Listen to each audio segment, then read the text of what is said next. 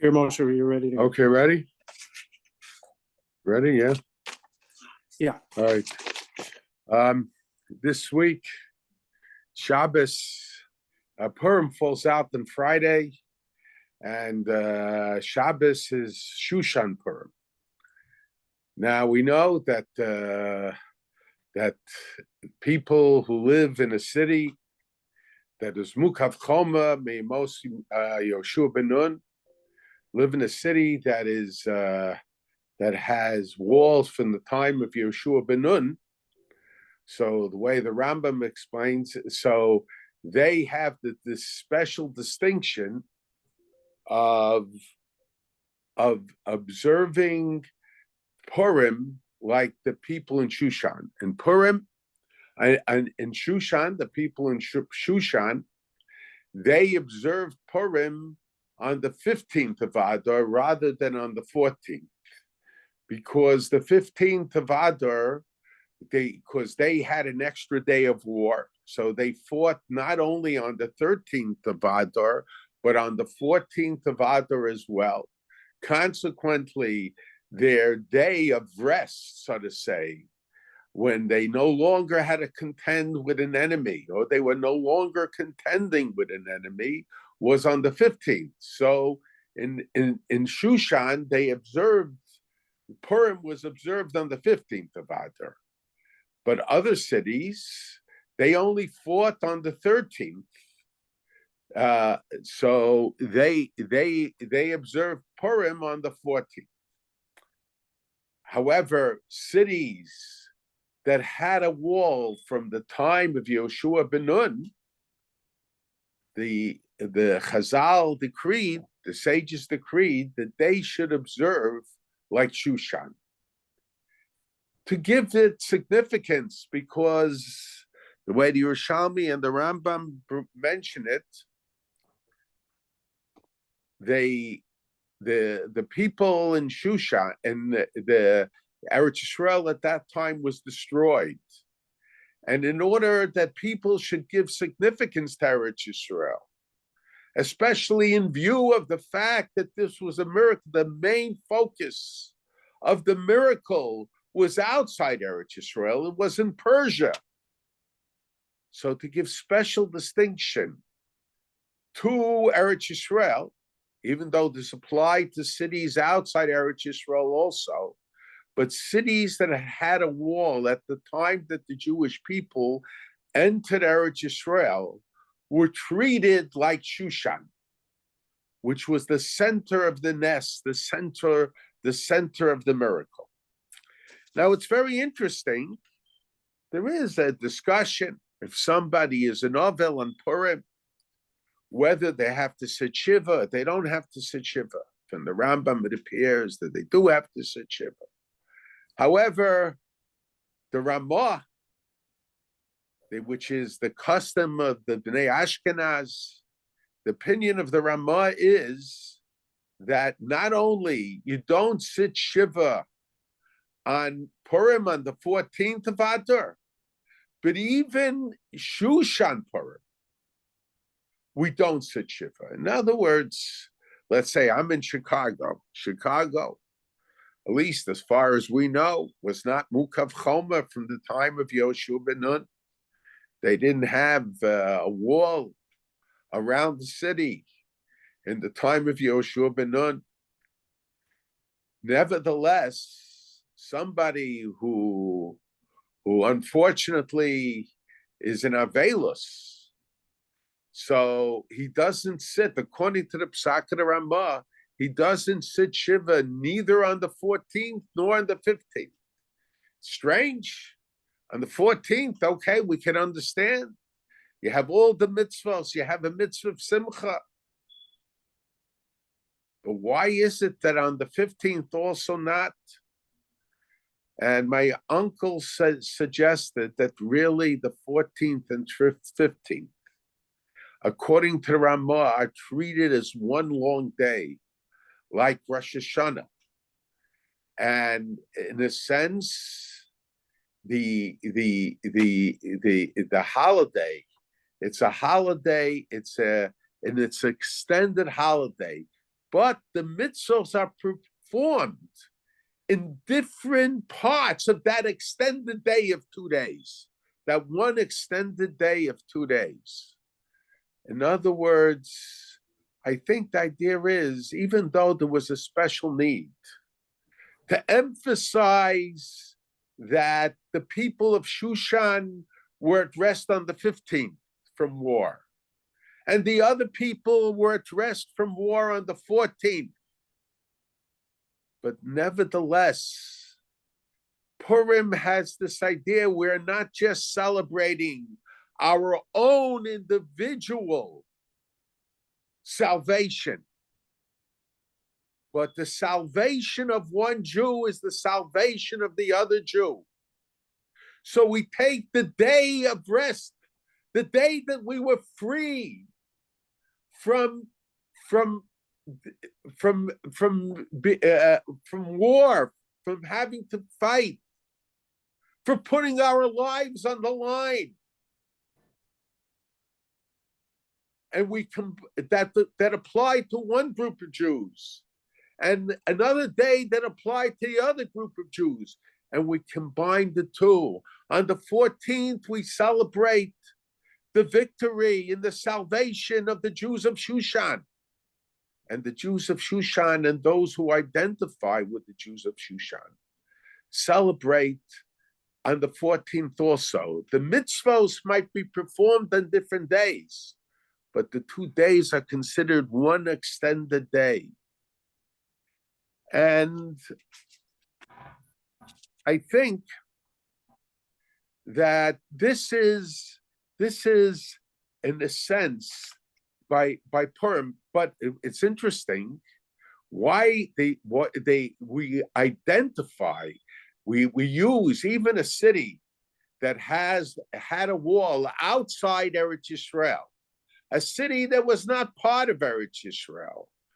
I heard that one time there were those that thought that Krakow might have had a wall outside Eretz from the time of Yeshua ben Nun. I don't know where that originates from, but a city outside the land of Eretz Yisrael that might have had that had a wall in the time of Yeshua ben Nun, according to the way we paskin. I know there is Shitas Rishonim, but according to the way we paskin, they read on the 15th also.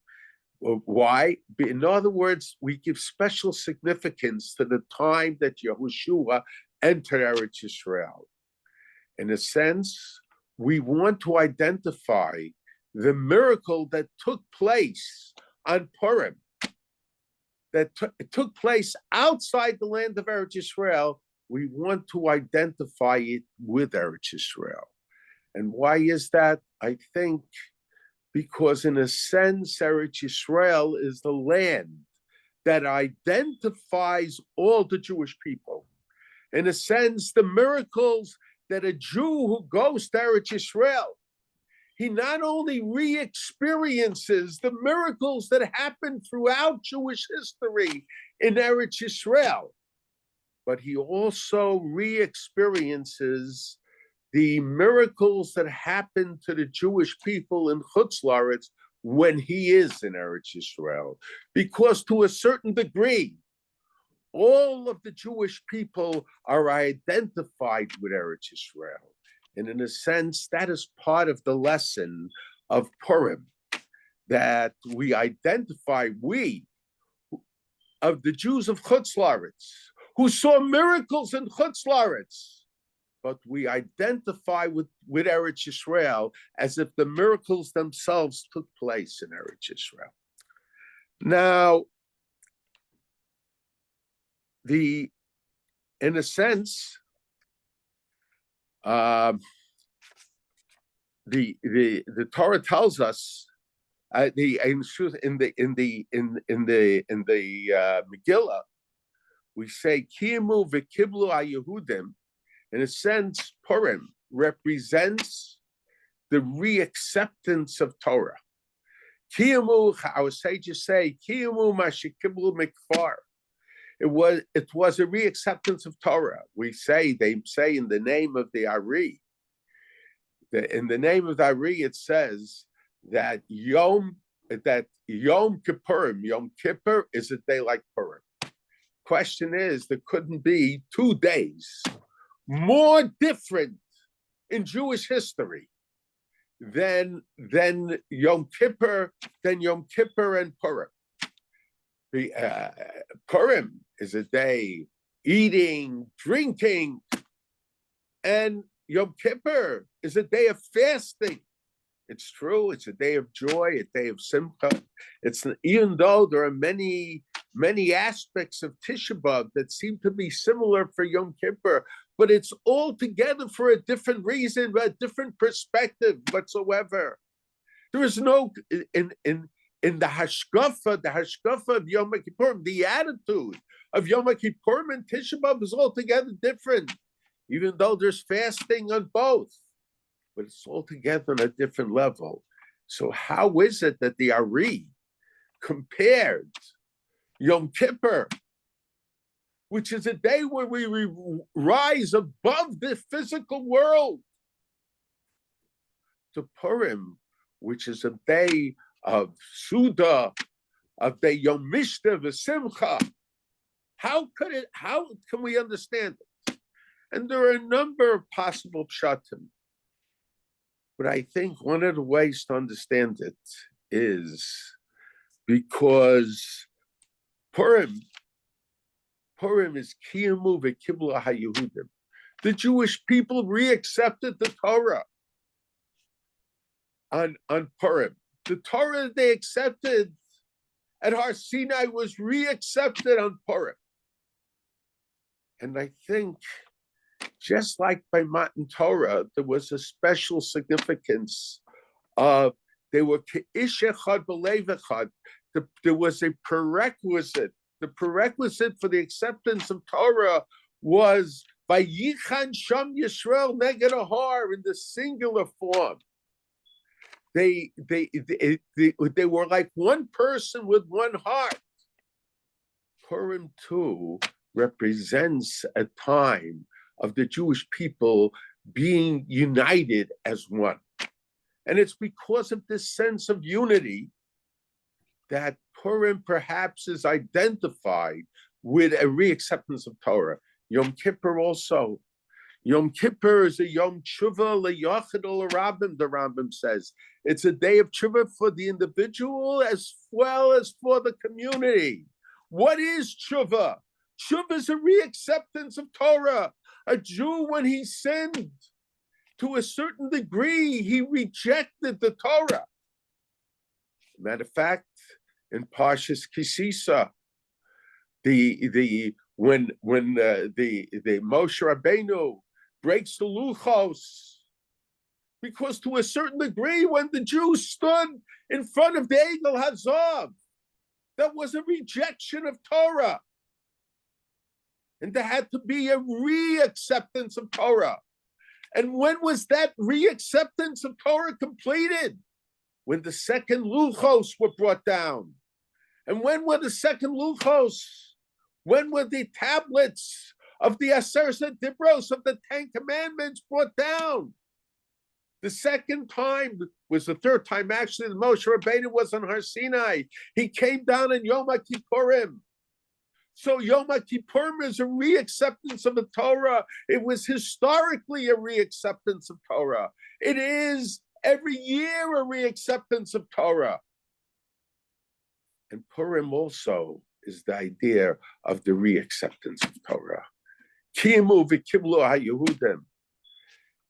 But the circumstances were different, so it required a new reacceptance of Torah. By Purim, there was no kolos u'brachim. They didn't see the open miracles, but it was a reacceptance of Torah. That's why it's a Yom Kippurim. But a reacceptance of Torah requires unity. It requires the Jewish people to join together. What did Haman say when he asked Achashverosh aid in destroying the Jewish people? He says there's one nation. There's mefuzar meforad that is separated. He emphasized the fact that they're not really a real nation. They're separated. You have Jews here, you have Jews there. And that is the test of Golus, the test of exile. Are we one nation? Or are we mefuzar mefored bein amim? And what I once saw someone said, what was the response? What was Esther's response to mefuzar meforad? That they were spread around among the states of Achashverosh, which at that time encompassed the whole world. Closes kol hayudim b'Shushan. Gather all the Jews together. So Purim is a time of gathering together. When one set of Jews are in trouble, we're all in trouble. And the salvation of one group is our salvation as well, even though it doesn't seem to affect us. And I think that in a sense, the Machzas HaShekel I've mentioned, what is the significance of the Machzas HaShekel? The significance of the Machzas HaShekels, it's a half a shekel. And what was the Machzas HaShekel used for? Of course, there were three trumos, but the Machzas HaShekel that was given every year at this time of the year. What was the significance of the Machzas HaShekel? It was used for the Karbanos Tzibur. It was used for it was used for the Karbanos Tzibur. It was used for the sacrifices of the Tzibur. The Tzibur represented all of Klal Yisrael. And what is the Machzas? Why a Machzas HaShekel? Because the Machzas HaShekel represents, I am half, I am not whole. I need the other Jew. And I think today we have to understand, I mentioned it time and time again, but the fact that we need the other Jew is very significant today. Today we know what is going on in Eretz Yisrael. We know the Jews, the lives of the Jews are threatened. We know what happened. We know what happened on October 7th. We know the tragedies that were overcome. We know the thousands of Jews that were killed. And then what do we see happening after that? What we see happening after that is demonstrations. And there are those that try to report it as a demonstration against Israel, a demonstration against Israel's actions in Gaza, without mentioning the atrocities that were done against the Jewish people in Eretz Yisrael. Atrocities that were reminiscent of what took place in the Holocaust. And what do we see? So it started in Eretz Yisrael, but shortly afterwards, there are demonstrations all over the world. Whether it's in New York or it's in Chicago, in London and in Paris and in Berlin, all over the world. And they think that because we're spread around all over, they can attack us. But we have to develop this sense of unity. And we have to understand that when the Jews in Eretz Yisrael being attacked, I think this is the lesson There is a lesson that we are being given here. The lesson that we're being given, don't think that it was just the Jews of Eretz Israel that were attacked. The Jews all over the world were attacked. And that is the midah of Amalek. They're out to destroy. They're out to destroy the Jewish people. And I think that in Eretz Israel, this Shabbos, they're going to read what we by Yovo Amalek. We read this Shabbos as well, and they're going to read the Haftorah that we read this Shabbos.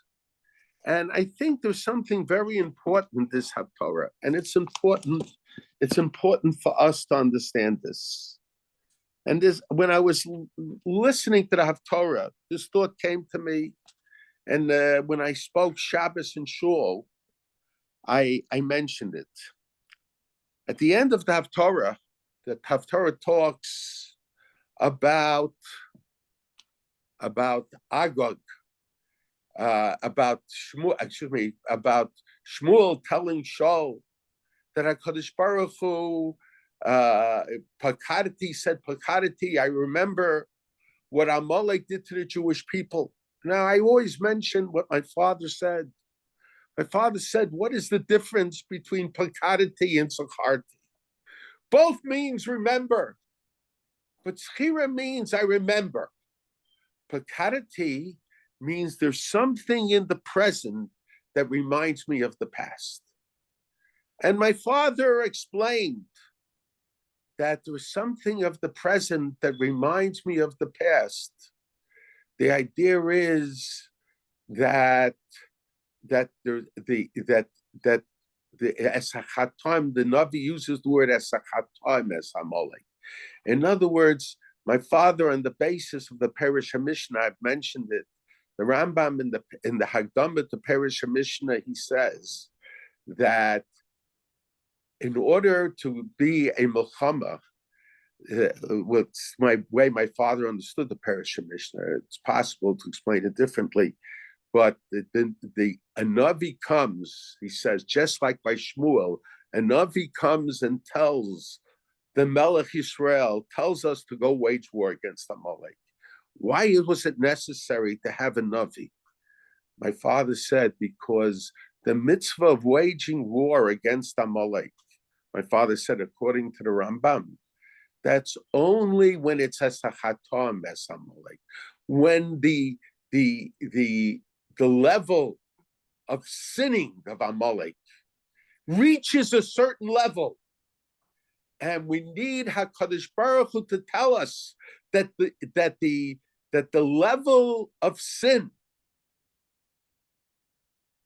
of Amalek is such that it reminds him of the way Amalek acted in the time the Jewish people left Egypt. Now we have to understand that. I think we can understand it in the following manner. In other words, now I mentioned what my uncle said. My uncle said that, and he said in the name of Reb Chaim, I mention it over and over. And these days we have to remember it over and over. The Rambam says that there are three Milchemes Mitzvah, three wars of Mitzvah. Milchemes Amalek, Milchemes Shivamim, a war against the 7 nations. Ukfor Avad Zifram, their memory is eradicated. There's no more 7 nations. The war against Amalek. And Milchemes Yisrael Miyat Sor Sheba Aleim, the war of the Jews against an enemy who attacks them.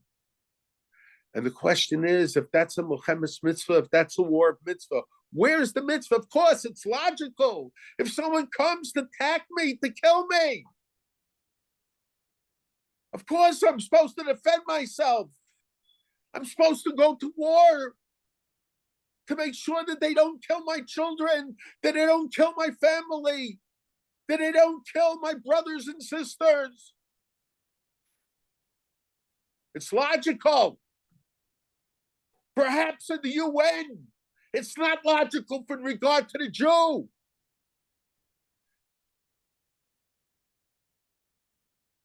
But when a person uses logic and tries to use logic and doesn't want to defy to use logic, we recognize that it's logical. But if it's called the Milchemes mitzvah, there has to be a mitzvah somewhere in the Torah. Where is the mitzvah in the Torah? And my uncle said it comes within the mitzvah of Amalek, within the Milchemes Amalek. Milchama la'Hashem ba'Amalek midor dor, in every generation. And it says there, Vayachlo Yehoshua es Amalek ve'esamo lefi charav. Who is Amo? The Ibn Ezra says, I mentioned, the Ibn Ezra says Amo is the allies of Amalek, those who join Amalek. And today, so my uncle said, even if we don't know who Amalek is, but the Am of Amalek, those who join Amalek are around. Those who go into Eretz Yisrael and take a little Jewish child and put him in the oven in front of the mother. That's to the nth degree Amalekios. So it's very interesting when you take a look at the end of the Haftorah that we had to spare Shabbos and Eretz Yisrael, they're going to read it this Shabbos. So Shmuel chastises Shaul. That Shaul, yes, he was victorious. He destroyed Amalek, but he didn't complete his task. And a matter of fact, he kept Agag alive. He kept Agag alive. And the question is, first question is, why is it that he kept Agag alive? Shmuel, he was chosen to be king of Israel. Why is it that he kept Agag alive? And I think, in a sense, Shaul probably had regard for somebody who was royalty because he was the king of Israel. So kingship was something he had high regard for. And on one hand, and in doing so, he had low regard for himself. As Shmuel chastises him, if you consider yourself small, Rosh Shifei Yisrael. And I think this is a problem that we have among the Jewish people also. Sometimes we have high regard for those outside our nation, those that have important positions. And this comes from a servile perspective.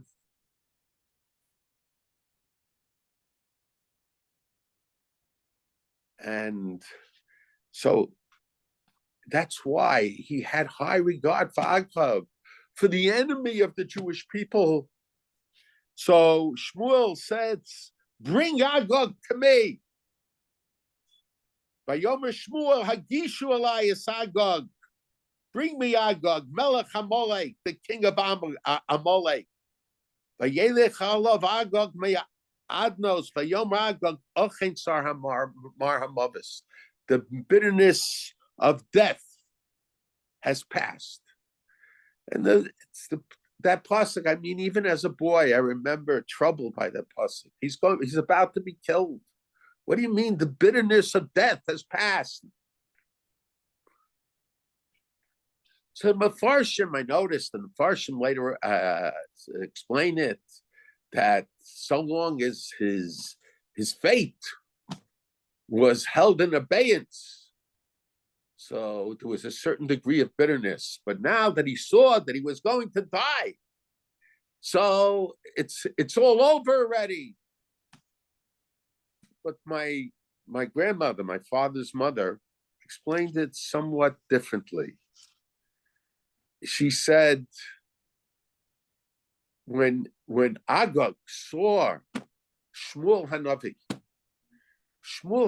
there are certain individuals that their personality traits, you could see it on their faces. You see their mitos, you see Rachmanis on their face. And now that he was being transferred from the military officials of Klal Yisrael, from Shaul and from his generals, to Shmuel, he mistakenly thought that he doesn't have to worry anymore about death. A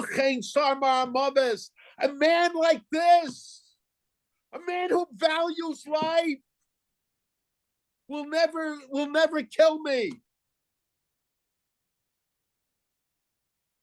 And to a certain degree, the Amalek of today has that same attitude when they calculate how to wage war against the Jewish people. When they take hostages, they know that the Jewish people, to a certain degree, are like Shmuel Hanavi, that they have Rachmanis, and especially they have Rachmanis in their own. The Amalek considers that a weakness of the Jew. It's a negative trait.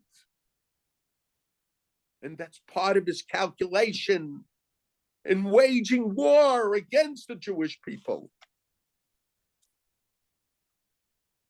And so Amalek thinks, and this is how they went to war. They could do whatever they want. They could kill. But we know the weakness of the Jew, the Rachmanis of the Jew. And the Jew will trade. And that's how we are going to win the war. They'll trade. I'm not Chas v'Shalom saying not to try to redeem hostages, but we have to sometimes evaluate. Are we putting more lives in danger? Is this become a reason? Are we making this a calculation that they make when they go to war against us? Do we let them think they'll get away with it? And even if we make the deals, do we do anything afterwards to let them know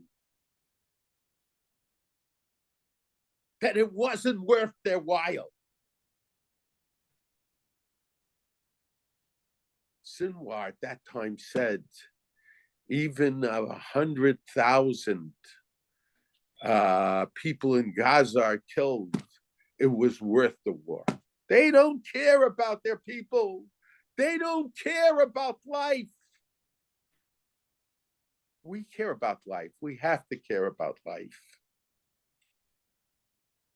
But caring about life has to mean that we have to make sure that that what we're doing is not going to cause more and more Jewish people to get killed. And so Vayomer Shmuel Hagishas Agag thought, Ochein Tzamar Hamavis. So then Shmuel said something very strange.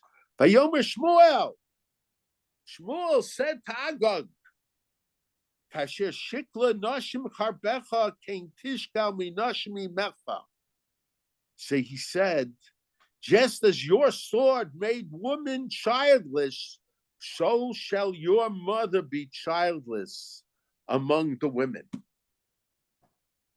Now, very strange. In the Rambam in the Sefer HaMitzvahs, he says that Shmuel was Mekayim the mitzvah of Schiras Amalek. And the Rambam held that there is a connection between Schiras Amalek and Mechias Amalek. And according to the Rambam, we see something very interesting. And I've mentioned this. We see, according to the Rambam, Schiras Amalek doesn't just manifest itself in remembering what HaKadosh Baruch Hu, the Schiras Amalek doesn't manifest itself in remembering how Amalek attacked the Jewish people when HaKadosh Baruch Hu took the Jewish people out of Mitzrayim. That was the beginning. Yes, that was what caused the impact of all future attacks against the Jewish people. That's why reading Megillah Esther, according to many Shittas, is also a form of remembering Amalek. It's true, Haman was an Agagi. He was a descendant of Agag. But who says that all the Persians were descendants of Agag? And the war that took place on the 13th and on the 14th, Haman was already dead. Okay, they hung up Haman's sons. Haman was already dead. But those groups, Haman's group in Persia, the armies that Haman raised, that went to battle on the 14th. So that group was also that was Amalek. They might not have been genetic Amalek, but they were the ideology. They had the ideology of Amalek. So the mitzvah of Schiras Amalek is not just remembering. It's not just remembering what the nation of Amalek did in the time of Yetzias Mitzrayim, but it's being cognizant of what they have done throughout all of Jewish history.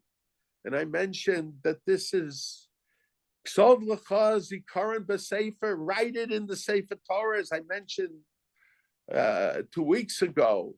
Write it in the Sefer Torah about Vayavo Amalek. V'Sim B'Asnei Yoshua, put it into the ears of Yoshua. Why did he have to V'Sim B'Asnei Yoshua? Because the impact, the influence of Amalek is not something that came to end with when the Jewish people were in the Midbar.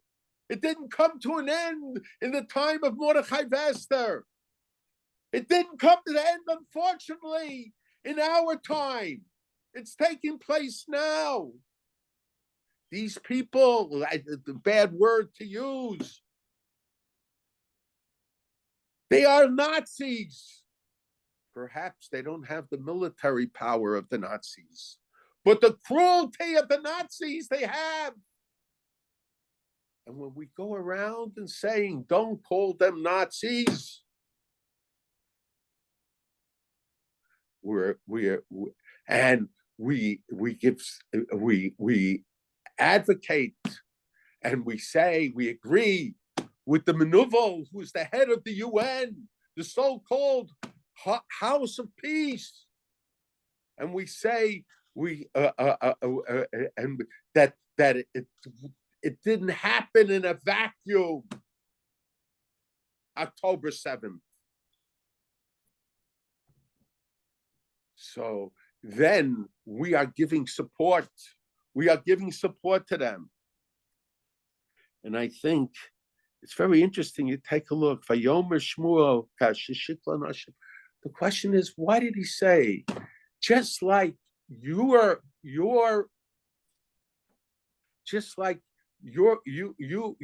made other women, meaning the Jewish women, lose their children, so shall your mother lose her child.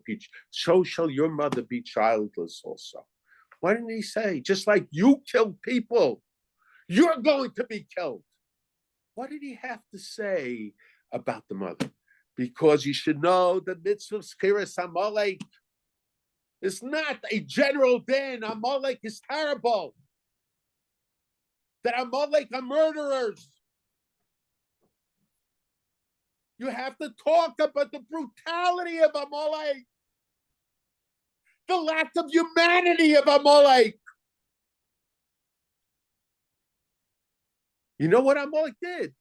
You know what they did? They took a child, they put him in the oven in front of the mother. They weren't just interested in getting rid of the Jewish people. So they say, they start off the speech. Well, we don't agree what happened in October 7th. And then they pride themselves as being tzaddikim. But it didn't happen in a vacuum. Yes, it didn't happen in a vacuum. You know why it happened? It happened because these groups, Hamas, the so-called Palestinians, when they're little children, they're nursed to the idea you're going to destroy the Jewish people. You're going to kill every Jewish child. When they learn arithmetic, they learn if you kill, there are 5 Jewish soldiers, and you kill 2, how many more do you have left to kill? That's how they learn arithmetic. So the response was, so the Schiras Amalek is not just remembering something that happened in the past. Schiras Amalek, and that's why it's connected to Muhammad Amalek, is to, in a sense, recognize the threat of Amalek to the Jewish people, to recognize the brutality of Amalek. It incorporates both the threat of Amalek as well as the brutality of Amalek. Shaul, when Shmuel came, Agag said, I don't have to worry anymore. The Jewish people, they have this, what I consider a negative trait of Rachmanas. I will survive. And when I survive, Amalek survives. In other words, they have a weakness. We have to, yes, Shmuel was certainly an ish of Rahman, but the Rahmanas, sometimes the overplay of Rahmanas in itself is the greatest Azarias.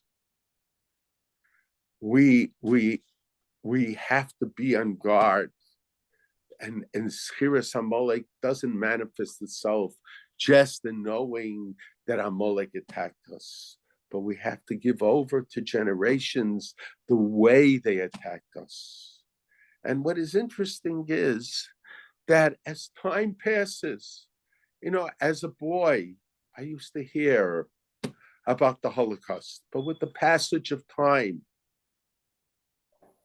people are beginning to forget, and they want to forget.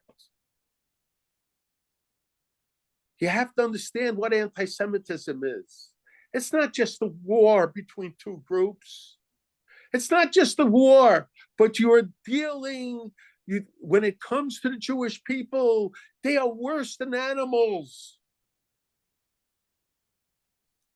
And we have to identify with the Jewish people in Eretz Yisrael. The Medrash says, who did Amalek attack first?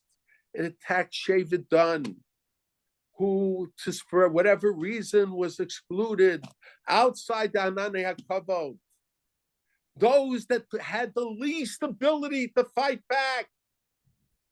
Amalek starts the war on the fact that we're mefuzar meforad, we're mixed among the nations of Achashverosh, among the nations of the UN.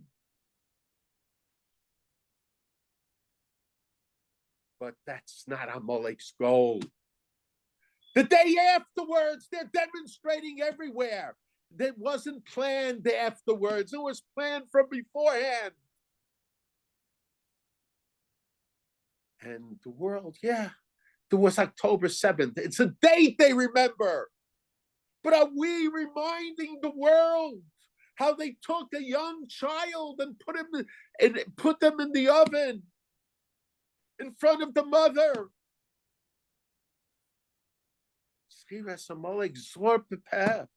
Are we holding the news agencies that try to cover it up? The extent they make it sound like it's a war of liberation on their part.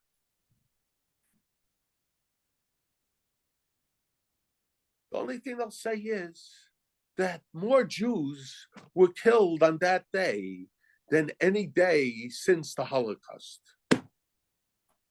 So you make them feel like they're heroes. They don't emphasize the barbarity that took place. And the unfortunate thing is that we don't emphasize it also. And I always mention that we are influenced by the Ummos Olam. The Rashi at the beginning of Bereshis says that why does the Torah start Bereshis bar Elokim es Hashemayim be'aretz? The Torah should start with the first mitzvah of the Torah about Chodesh Hazel Lachem Rosh Chadashim. Elakoach Maisav Higid Lam of Laseish Lahem Nachlas Gayim. We have to know that Eretz Yisrael belongs to the Jewish people. Why should we not think that? But the answer is that's the nature of the Jewish people. When we hear it over and over and over again, you stole it from the Palestinians. So to a certain degree, some of us begin to think maybe the Palestinians have a right to the land of Israel. There is a tape from Netanyahu where he shows that until the 19th century, the so-called Palestinians hardly were settled in the land of Israel. The right is all right, how the land of Israel was desolate up till the middle of the 19th century. It was only after the Jewish people started returning that the so-called Palestinians started returning. And now they come and say that we came to their land.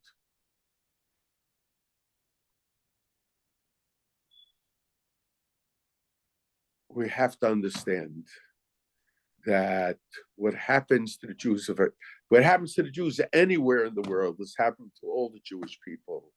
But especially if it's happening to the Jews of Eretz Yisrael, it's happening to us also. Purim is a time that we have to gather together. It's the day of Matan Torah. It's the re-acceptance of Torah.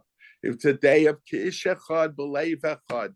Perhaps that's the reason we give Shalach Manas Ish L'Reyehu. Why Ish L'Reyehu Matanos Levyonim? We're joining together. In a sense, when we give Shalach Manas, the other Jew is joining us for the Suda. And when a fellow Jew is in poverty, we have to feel his poverty. We have to be Ki'ish Echad B'Leiv Echad. All these mitzvos emphasize about the unity of the Jewish people. And we have to feel the suffering of the Jewish people. And we look forward that as a result of doing that, we will rejoice in the salvation of all the Jewish people. This is the point and our task is to make it known to us and to us to make known to the world the barbarity of those who attack the Jewish people. And we have to be aware they might, on October 7th, they only attacked those Jews that were residing outside Gaza. But the truth of the matter is there was a plan to attack the Jews. It was anti-Semitism. And when they marched, he listened to them. they want another October 7th. And believe me, if they want another October 7th, it's not just outside Gaza, they want another October 7th. All over the world, perhaps one city at one time and another city at another time, but they're trying to separate the Jew, to make the Jew as if he was lower than all of mankind, and that some Jews, because they revere the nations outside our religion, begin to they need the approval of the outside nations. And because they need the approval, they join groups that themselves are anti-Semitic. Until those groups turn against them. And we are at that point now. Not everybody realizes it.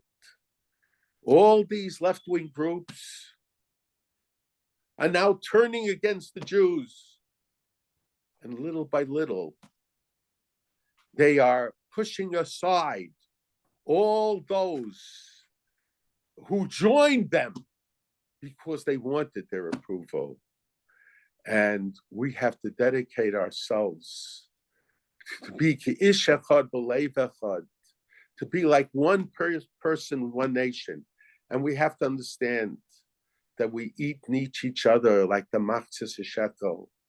Those who are learning Torah need the army. They should not deny it. And if we do that, those who are fighting the war, even the non-religious among them, will come to realize they need those that are spiritually involved. But so long as we, as people, will ignore reality and deny that they need the army, we can't look forward to the day that the other Jewish people will recognize the importance of Torah. It's up to us. We have to begin the unity. The Torah is mitzdarikes abrios. It brings people together. And when we see kimu v'kimu shofar, when we say na'aseh v'nishma, we have to join together with the Jewish people and to understand that all of the Jewish people are necessary. We are just a machzis shekel. We're just a machzah. And we have to join together to become one whole nation. Okay. Very nicely done, Moshe. I believe when Netanyahu would his video was in an interview with Jordan Peterson. I'll post That's correct. That's correct. I'll post him the link. Give me 1 second. That's right. It's a very important video to hear. It's very important. Post it for. Damashet Tashiv doesn't just mean in terms of religious issues. Damashet Tashiv means when we encounter people on the street, we have to know what to answer.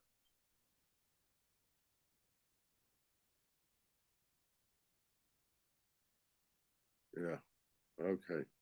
1 second. I'm just getting up the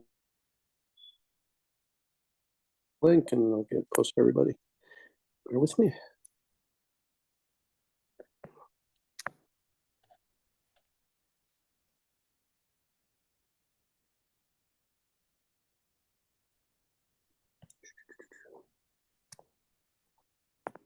Okay. You have one question. Yeah. Which I will address in a second. Okay, so the link is in the chat. Why didn't Shaul or Shmuel kill Mrs. Agag? First of all, you mean the mother? The wife. Huh? The First wife. of all, how do you know that they didn't? And who knows how many Mrs. Agogs there were? Okay. Well, I mean, can't you say that? How do you know that they didn't kill Mrs. Agog? There is a medrash that Agog had relations with a lady, before he died, and an Agogi was born. Okay, so maybe they didn't know that who this lady was. Isn't it possible that Agag was not himself part of the nation of It's Amalek? possible. I've mentioned that. So then, according to that logic, maybe you could say that his wife would not. You perhaps could say that. The only thing is, she was apparently, according to Medrash, she was pregnant with a child. I see. All right. That was so whether it would apply to the child or not. Okay, it's a separate question. Okay. Okay. It's brought down in the Moreh Nevuchim that in general, the kings of Esav, of the Esav nation, were usually taken from outside the Esav nation, and they themselves were not from within the Esav nation. Okay. So Amalek was a satellite there, actually descendant of Esav. So very likely that they had that same approach. That's why it says Kimacho emche zecha Amalek. So Amalek is Amalek, zecha Amalek ze Agag. In other words, Agag became an Amaleki by being appointed king of the nation. But there are other possible explanations as well.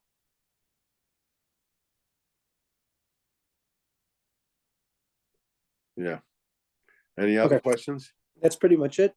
I'll ask Rabbi Lazovsky if he can put that YouTube, the link to that interview with Netanyahu, if he can add that to the YouTube underneath the share in the comments section. So okay.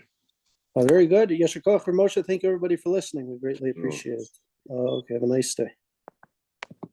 And a Purim Sameach.